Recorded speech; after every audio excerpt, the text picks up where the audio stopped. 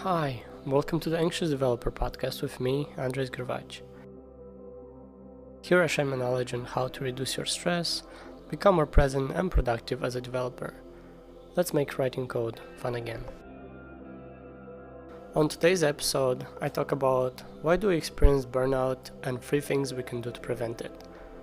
I'm excited about this as I think burnout is one of those topics that we don't discuss enough about.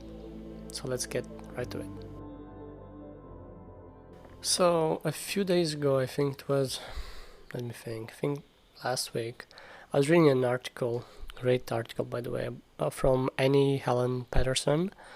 It was published on BuzzFeed, and the title is How Millennials Became the Burnout Generation. It was published in 2019, but I think this article holds strong even to this day.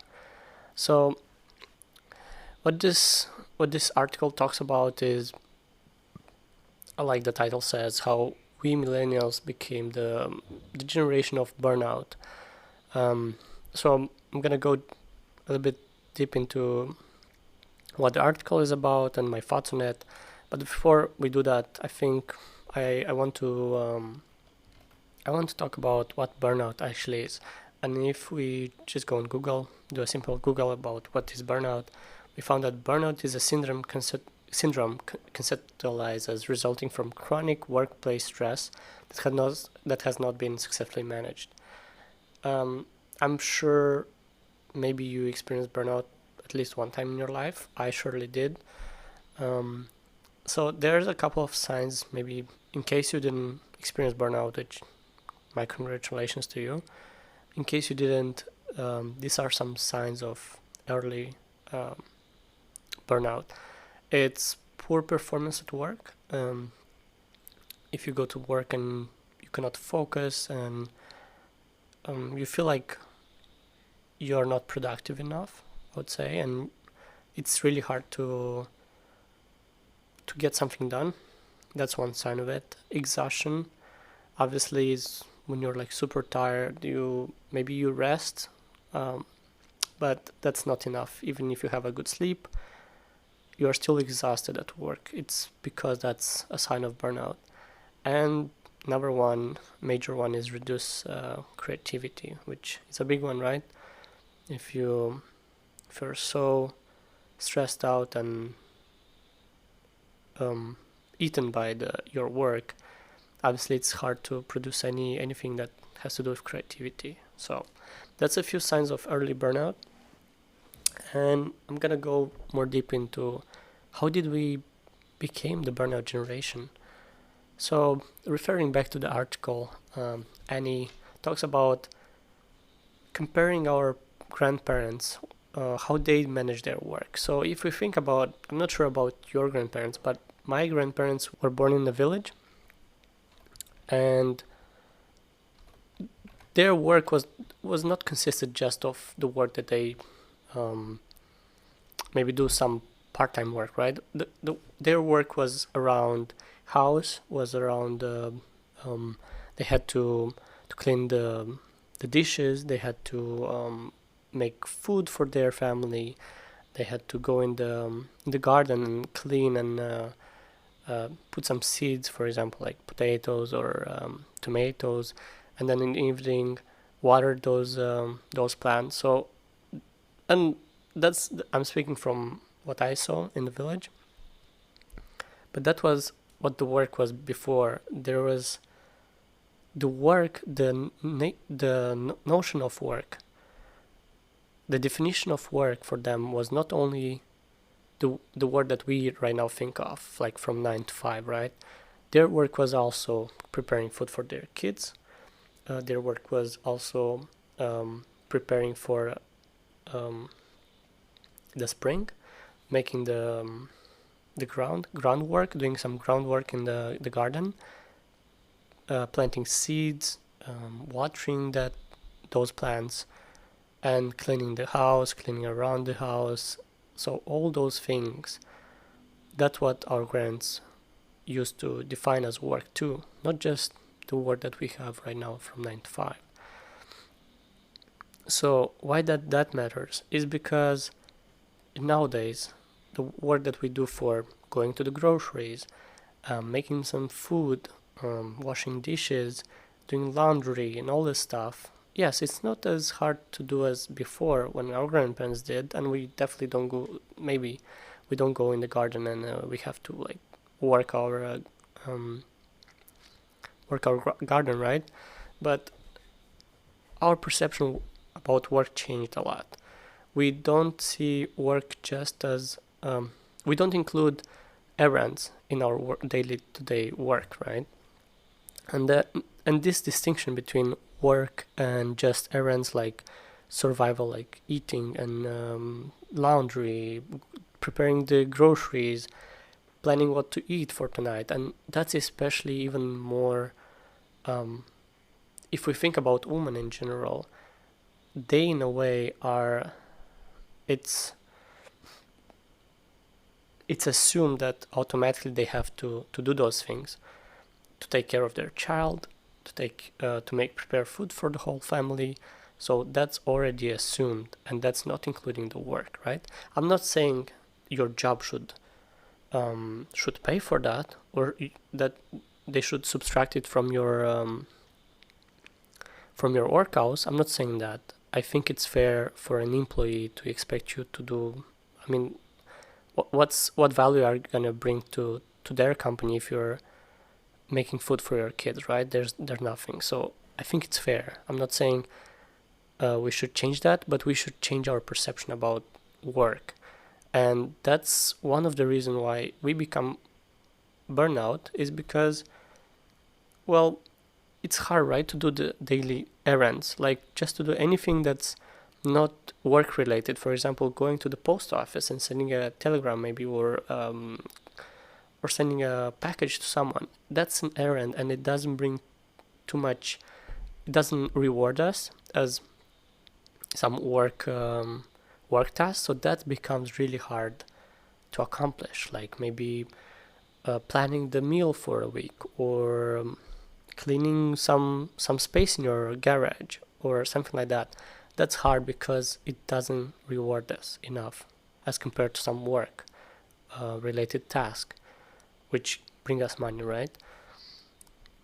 So next thing is that we also compete for work. If you think about it, before there were more job position. Now, even as a junior software developer, you have to compete with a lot of people, and those people that you compete with, they try to work hard, they learn a lot, and as they should, right? That's not the problem. The problem is that when we compete so much for work, we used to work harder and to put extra hours. So for example, we work overnight, we work on the weekends.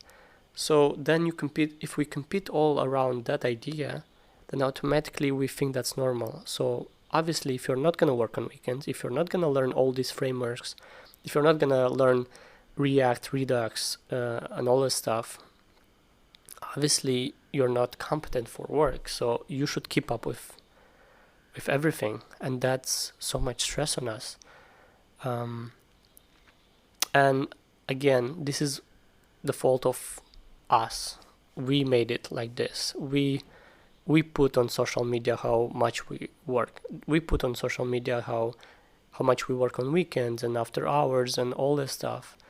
We even put on social media, even when we're on train or an airplane, we work left and right, we work all the time. So we can keep up with the competition and make sure we produce the best outcome to our companies, right? But if you think about it, that leaves us super stressed out at the same time. Yes, maybe we learn more frameworks. Yes, maybe we're prepared better for a job. But in the end, we end up with not spend weekends with our families, after work hours, which we could spend with our spouse or kids, which we choose to do work instead. So we can make sure we're kept at the same work, or we're not fired, right? Or we're competent for a new job. And also another problem we have is optimization. We try to optimize so much. For example, when when we are eating, we are still watching some courses. We eat, we we cannot just sit and eat something like and be in the present and enjoy the food. We need to watch something informational. We need to read an article. Um, we need to maybe watch a course or something on YouTube about a framework or anything, so we can keep up with the current work and the current requirements for work. And I think that's, if you think about it, if you look in your life and if you look around how we perceive everything, I think you can make a kind of an assumption, and maybe not necessarily an assumption, but you can see how much we put our effort in work.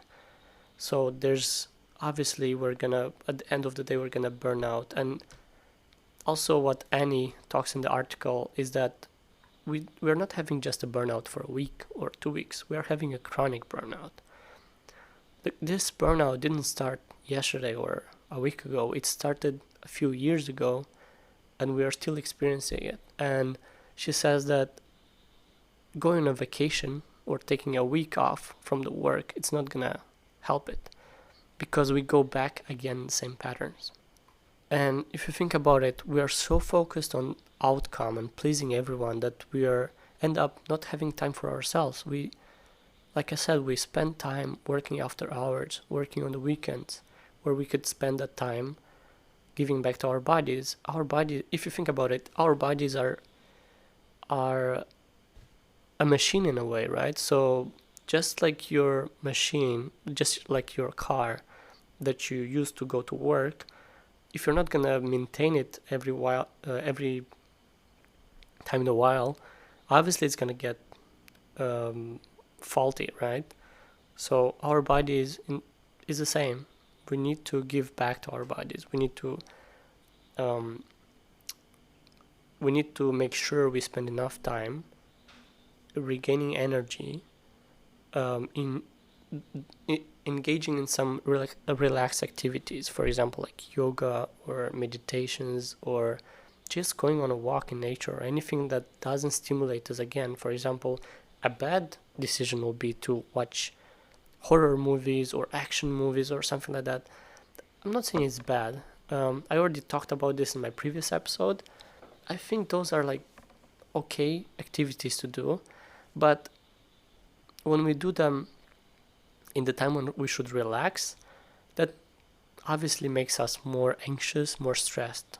And that's normal, because the movies want, the producers of the movie, for example, if you watch a horror or anything like super with much action, they want you to feel anxious. They want you to feel excited, right, about the movie, because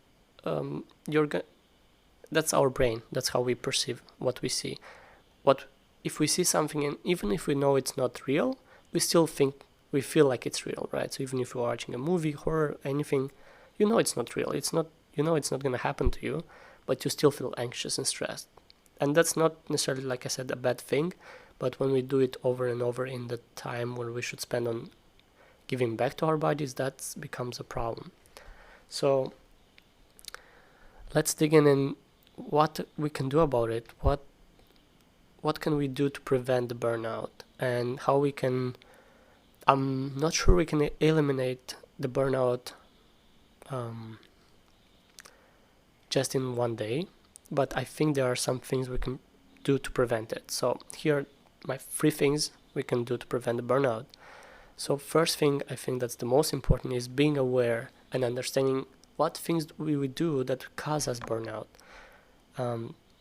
So that's the most, I think, important thing, is to be aware, understand, hey, you know what, I think me working after hours is not that a good idea. I think, because I feel at the end of the day more stressed, right? So be more aware of things that make you more stressed out and cause burnout, so then you can try to go beyond and slowly eliminate them. So that's the first thing. Second will be setting boundaries. So if that can mean setting boundaries with your manager or coworkers or maybe your partners or anything, but you should make some boundaries between work and non-work.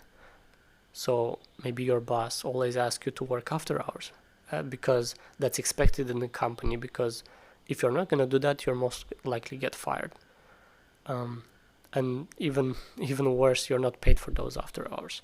So that's in a way a bonus for you to not get fired, right? So what it leads to? It leads to more stress, to us being more afraid of being fired, and yeah, and I think that's a huge problem, and we should communicate with wherever that is, managers, coworkers, partners, that we have also our lives, and they should respect your decision, because you're already putting enough work during the day. You're working 8 or whatever hours you're working per day, and they should respect your time off. And when you say you are finishing work, then you're finishing your work, and that's it. Yes, there might be exceptions sometimes, yeah. We are all humans, we understand, but if that becomes a habit, that's when it's bad. So that was the second thing that I think will help prevent burnout. And the next one is giving back to our bodies. Like I said, just a few things that can help really is getting better sleep. We all know how important sleep is in our lives, but we seem like we don't. I feel like we don't think it's too important, and for example, before, I think a few months ago, my sleep pattern was really bad. I was going to sleep around 12, 1, waking up at 9, like not consistent with my sleep. So that created a lot of times when I woke up in the morning like anxious or stressed. Some days I sleep more, sometimes less. So getting a good sleep per day, I think that's very important. And for sure it made a lot of changes in my life and made me less stressed, made me more rejuvenated after I wake up. And to be honest, 8 hours of sleep is not for everyone. I'm not saying you should get only 3, but everybody is different, so see for yourself how many hours you need.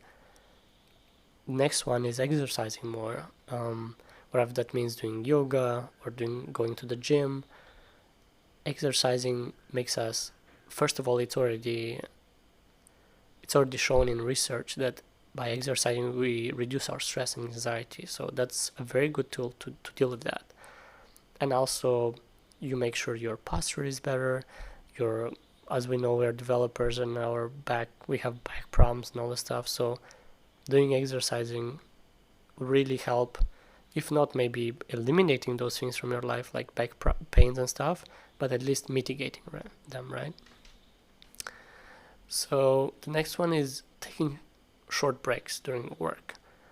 I'm not saying that we should take like 30 minutes breaks or anything like that, but taking short breaks during work helps us remain sane, right? Like we don't feel like 8 hours passed and we're like so productive and going so hard on ourselves. Taking some breaks can make us, yeah, maybe it makes us feel like we are slower, maybe we're not so productive, but it keeps us bringing value not just in one day, but every day, right? So that's the most important thing, I think, is for us not to just think short term. Oh, I'm gonna finish this feature in 1 week, and after that I'm done. Like I will feel so more relaxed, and until I finish this feature. It's not like that. You finish that feature, there's another feature, and these features never end. And I'm speaking from experience. I was dealing with that thing that, I need to finish this task, and after that I'm gonna like feel so more relaxed. I don't have much work, but it never ends. There's more things to do, more and more and more. So making sure that you're always providing value to your company, and at the same time you're staying relaxed and sane. I think that's the best of keeping a balance. That's what I'm trying to say. And the last one is slowing down. Yes, sometimes being fast can makes us feel more productive, but again, that's just short term. How fast can we be, and for how long can we keep it? for what, 1 day, 2, a week, a month? What happens after? We're so fast in our work, and then we get a burnout, or we get super stressed out. And is it worth it at the end of the day to be so fast in your work? And like I said, these features never end, the tasks never end, and your task will always be there. So slowing down can sometimes actually, I remember a lot of times when I was super fast trying to finish a task, and I get so caught up in the you get this tunnel vision where you don't see the how to solve your problem. Sometimes I was doing some breaks, or maybe going to the sleep and leaving the task for the next day, and actually I could find the solution so much easier in the morning. And I'm sure you had the same thing. Like, you cannot solve a problem, you take a break, or you go do something else, maybe you get a good night's sleep, and in the morning the solution appears. Why? Because you get that tunnel vision when you're super fast. So by slowing down, you are making sure you're getting out from this tunnel. And slowing down also helps you to regulate your breathing, which turns to make you less stressed, right? So that was it. I'll leave the article that I'm talking about. Amazing article. It took me like 20 minutes, I think, to read it, but it's amazing, and it talks in deep about burnout and how we experience it, and why, and how understanding how burnout happens actually can help us to deal with it better. So that's the most important thing. So I'm gonna leave the article in the episode description. Thank you very much for being there today with me. See you on the next episode. This has been another episode of the Anxious Developer Podcast with me, Andrei Zgrvac. Make sure to follow me on Twitter. You can find me at Andrei_Zgrvac. I would love to connect with you. If you like this episode, make sure to leave a review on iTunes. It's the best way for you to let me know what can I improve. Thanks everyone for listening. Have an amazing week.